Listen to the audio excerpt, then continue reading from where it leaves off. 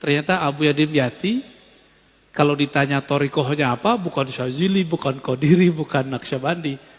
Tapi jawabannya ngaji. Apa maksudnya? Beliau sedang mengajak, kalau ada orang belajar zikir, zikir itu kan sudah pakem, udah kaku, udah begitu-gitu aja. Orang yang zikir, kebakar Pak. Kalau dia cuma zikir, penawarnya adalah taklim. Jadi kenapa banyak, mohon maaf ya, orang belajar zikir kemudian jadi aneh-aneh, karena dia nggak ngaji. Itu yang dimaksud oleh Abu Yadim Yati. Maka murid-murid beliau yang ngaji terus bertorikot pasti pada waras seperti Bapak. Tapi kalau yang cuma zikir-zikir doang, wah itu udah nggak jelas tuh. Jalan, rambut udah nggak keurus, kemana-mana, udah nggak jelas. Karena dia sudah masuk ke alam lain, dimensinya bukan dimensi ini lagi. Udah nggak bisa balik, susah baliknya. Maka beliau menyindir orang-orang yang mencukupkan torikoh itu dengan hanya ambil wirid, zikir, kebakar Pak. Zikir itu panas, coba aja zikir. Allah, langsung hangat tuh. Hangat langsung. Kalau melewati dosisnya, bisa kebakar badan kita. Ini ibarat saja. Seperti orang kebakar amat teks. Jadi ini saling tawar-menawar. Ngaji doang, garing. Benar gak? Maka orang yang jago baca kitab, tapi tidak ahli wirid, garing ilmunya.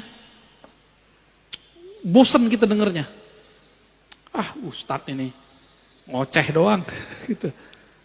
Kering, kita gak merasakan sentuhan kolbunya. Maka ini harus dijamak, digabung. Itulah thariqah kiai-kiai kita, abuya-abuya kita zaman dulu. Ini saya mau kasih tahu Pak, banyak yang protes. Kok Ar-Razi masih muda dipanggil abuya? Itu bukan saya yang manggil diri saya abuya, itu guru saya yang manggil saya abuya.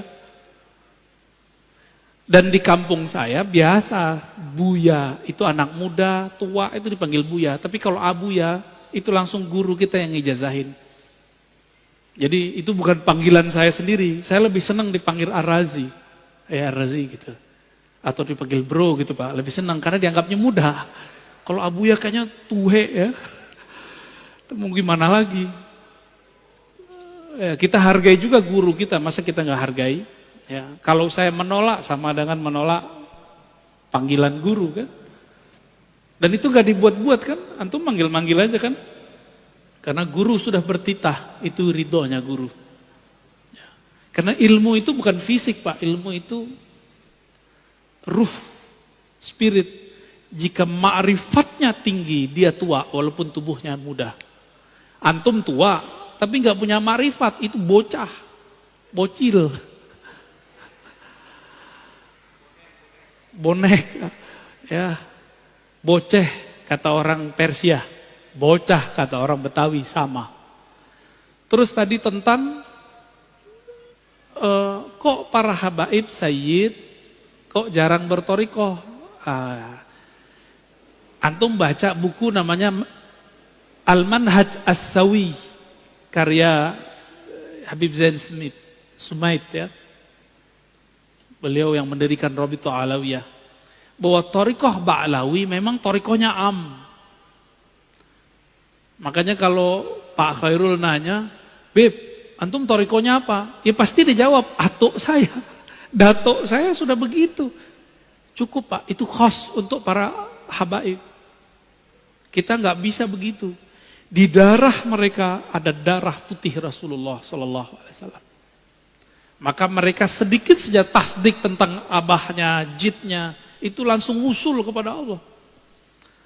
Namun secara hukum alam, habaib tidak habaib kalau nggak ngaji ya jahil. Sama dengan orang biasa. Habib kalau nggak ngaji ya sama ke orang awam. Tapi kalau Habib ngaji, kita kalah langsung bah.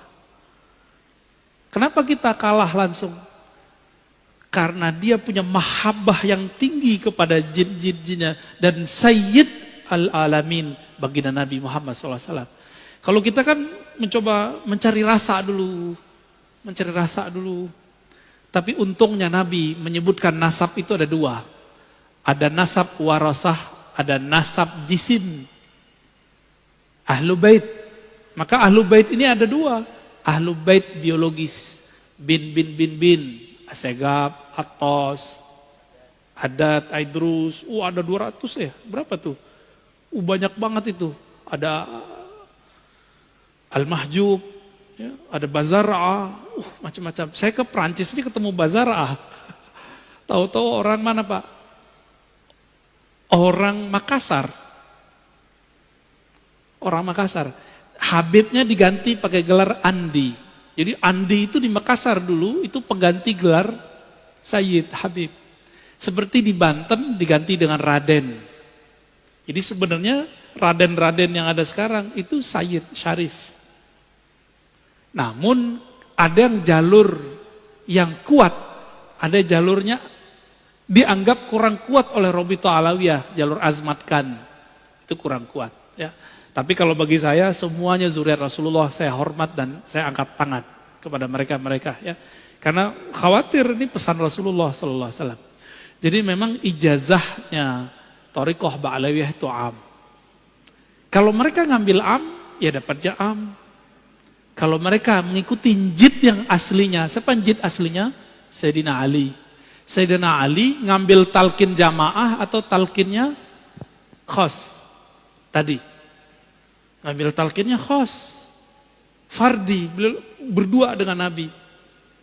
Maka Sayyid Habib yang ideal, dia punya guru spiritual yang mentalkin dia secara khas. Baru tergabung dalam dirinya Habib zahir dan batin. Kalau enggak, antum bisa lebih tinggi derajat kerohaniannya dari seorang Habib, bisa. Tapi jangan GR dulu. Dia punya jid namanya Ali, punya jiddah namanya Fatimah. Itu beres urusan mereka tuh. Punya Hasan wal Husain yang Nabi katakan Sayyidah Syababil Jannah. Jadi mereka kirim Fatihah aja atau salawat kepada Nabi, lalu keluarga Nabi. Langsung bergetar itu dirinya. Coba lihat Al-Habib Umar. Setiap salawat beliau sudah hanyut Pak. Hanyut beliau langsung. Karena cerita tentang jidnya beliau. Baginda Nabi Muhammad Sallallahu Alaihi Wasallam. Namun hati-hati para habaib Sayyid ini. Jangan mengerdilkan rahmat Allah. Kan ada tadi jalur zuriat nur yang turunnya ke ulama meskipun bukan anak biologis Rasulullah. Makanya dulu para sadah, para asyraf, mereka juga berguru ke kiai-kiai yang bukan sayyid. Kenapa? Mereka menganggap walaupun saya sayyid, antum pewaris ilmu jid aneh, gitu ngomongnya. Maka mereka pun juga ngaji kepada para masyaikh, para kiai yang bukan sayyid. Karena pada hakikatnya pewaris Nabi itu bukan pewaris jisim saja, tapi al-ulama warasatul anbiya. Siapa saja yang ada nur khasyah, rasa takut kepada Allah di kolbunya, adalah pewaris Rasulullah yang sebenarnya. Meskipun tidak ada sayyidnya, tidak ada habibnya.